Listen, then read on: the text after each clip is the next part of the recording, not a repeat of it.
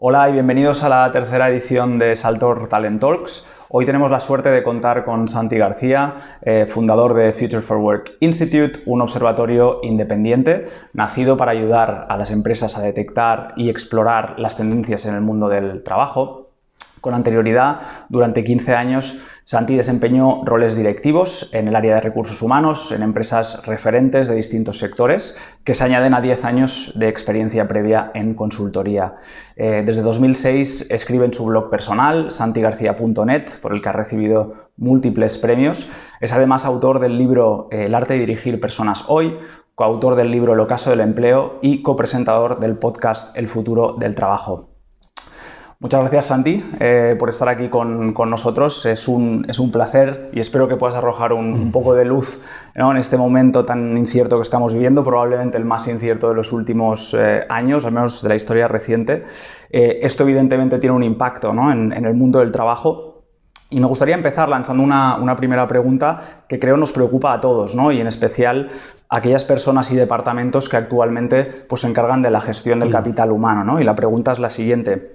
En tu opinión, ¿cuáles podemos esperar que sean las prioridades en materia de gestión de personas para los próximos años? Bueno, primero de todo, pues muchas gracias por invitarme a participar en vuestro programa. Un placer. Respecto a tu pregunta, es un tema que hemos explorado hace muy poquito en un estudio que hemos llevado a cabo. Y una de las cosas que hemos detectado es que esas prioridades en materia de gestión de personas han cambiado significativamente con motivo de la pandemia, ¿no? Si preguntamos a muchas empresas cuáles son sus prioridades ahora en este campo, pues muchos hablarán de temas relacionados con la salud laboral, con temas relacionados probablemente con la planificación de sus plantillas, a lo mejor con temas relacionados con el teletrabajo, pero cuando les pedimos que miren un poquito más allá, ¿no?, y que nos digan cómo van a variar sus prioridades en esta materia de aquí a 2 años, una vez que pase la pandemia, respecto a cuáles eran antes de esta crisis, pues es interesante ver cómo sobre otras destacan 2, ¿no? Una es la recualificación profesional de sus trabajadores para los cambios que van a venir probablemente, y otra tiene que ver con lo que es la implantación de nuevos métodos de trabajo. Hablamos de métodos ágiles, pero no solamente métodos ágiles, ¿no?, sino nuevas formas de trabajar que les permitan funcionar de una manera, si quieres, pues más ágil, más adaptable ante los cambios que está experimentando el mundo. Vale, bien. El informe al que hacía referencia es que publicaste recientemente con EY, ¿no? He llamado Las empresas españolas frente a la revolución del reskilling. Tratáis muchos temas ahí. Uno de ellos, como bien decías, ¿no?, el tema del reciclaje, y este es especialmente interesante hoy. ¿Por qué las empresas necesitan ahora, precisamente ahora, ¿no?, pues personas con capacidades diferentes? Sí, digamos que ya las necesitaban antes, ¿no? Yo creo que esto es importante aclararlo. O sea, el mundo ya estaba cambiando antes de que llegase esta crisis, estaba cambiando la tecnología, estaba cambiando la economía, estaba cambiando, si quieres, el orden mundial, las sensibilidades de la sociedad, y esto obligaba a las empresas a volverse más adaptables, ¿no?, ante todos esos cambios, adaptar nuevas formas de organización, nuevos métodos de trabajo como de los que hablábamos antes. Entonces, todos estos cambios en el entorno y en la propia forma de organizar el trabajo en las empresas lo que hace es demandar personas con capacidades diferentes, ¿no?, a las que demandaban las empresas antes. Lo único que ha pasado ahora es que esta crisis lo que ha hecho ha sido acelerar muchas de esas necesidades, y eso es lo que provoca, sobre todo, que las empresas hoy pues busquen personas con perfiles diferentes a los que buscaban, pues yo diría, hace 1 o 2 décadas. Perfecto. Y creo que la siguiente pregunta es casi obligatoria, ¿no? ¿Cuáles son precisamente estas capacidades que más están demandando ahora mismo? Bueno, pues es interesante. Nosotros formulamos esta pregunta en el estudio del que estamos hablando desde varias perspectivas, ¿no? Desde el nivel de estudios, los grupos profesionales más demandados, las propias capacidades concretas que se demandaban, y descubrimos pues algunas cosas que yo creo que son interesantes, ¿no? O sea, por ejemplo, desde la perspectiva de los grupos profesionales que se demandan más, pues una cosa que descubrimos, que dirás, bueno, esto no es ninguna sorpresa, ¿no? Pero una de las cosas que descubrimos es que los grupos profesionales que serán más demandados en los próximos años, pues tienen que ver con la tecnología. ingenieros, tecnólogos.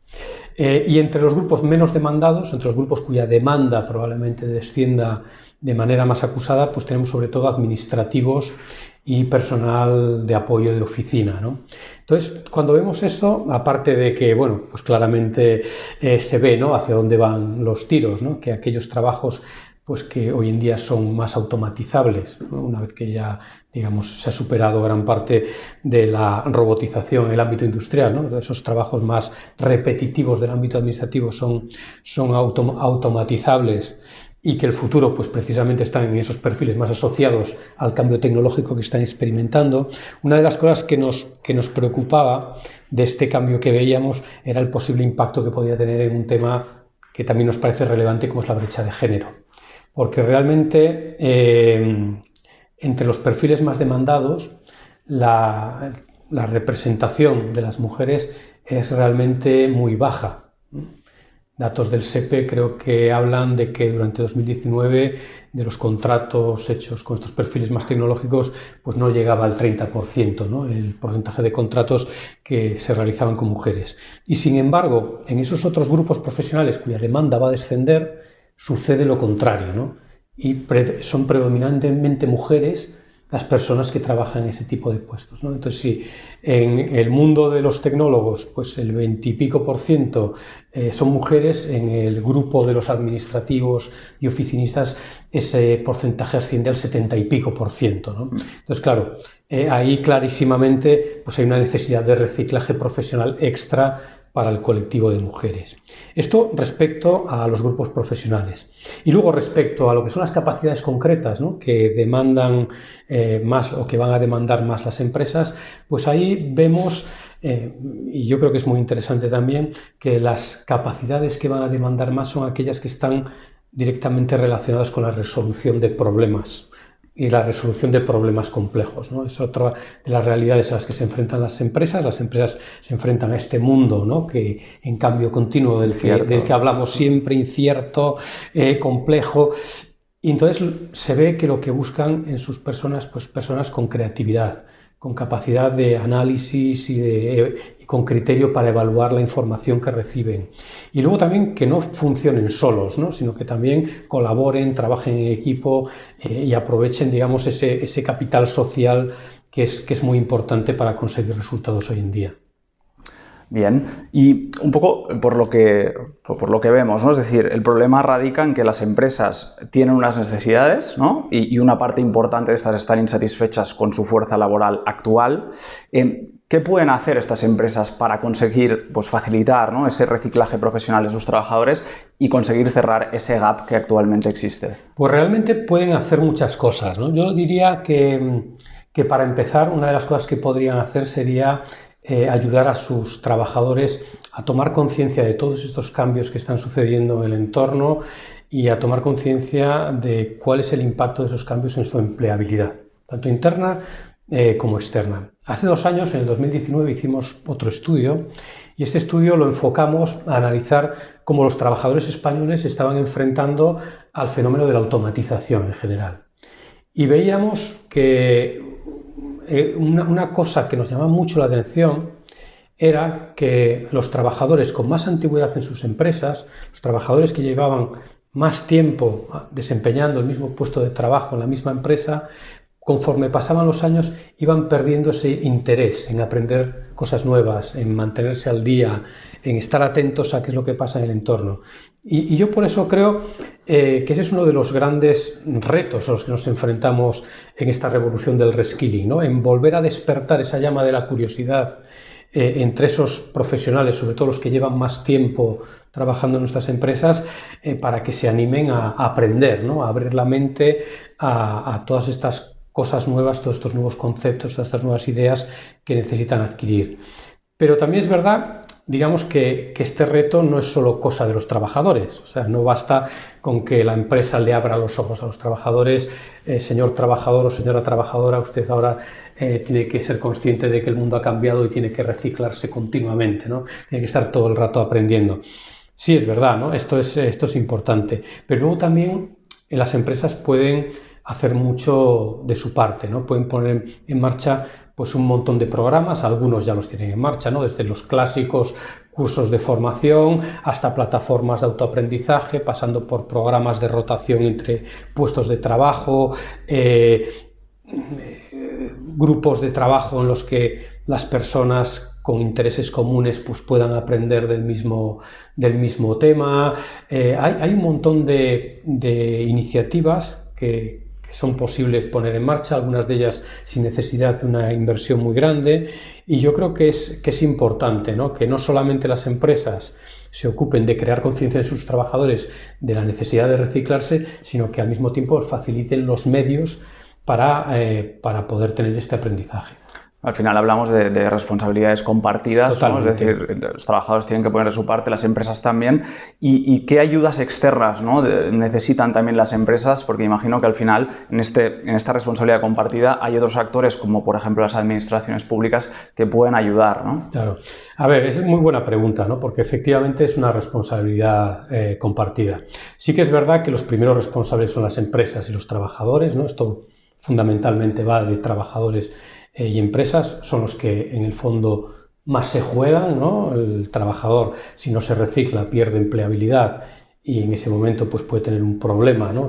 real de quedarse sin empleo, o si se queda sin empleo, tener dificultades para encontrar uno alternativo. Las empresas evidentemente también tienen un problema porque ya sabemos las dificultades que tienen para encontrar determinados tipos de perfiles. Entonces, si sus trabajadores no se reciclen, o si los trabajadores en general no se reciclan, ellos tienen ese problema, pero los gobiernos, las administraciones, las sociedades en general, también tienen un problema, ¿no? Porque al final la economía, ¿no? El crecimiento económico, pues depende en gran medida de la calidad del capital humano del país, ¿no? Y de alguna manera son las administraciones, los gobiernos, los que tienen que facilitar, ¿no?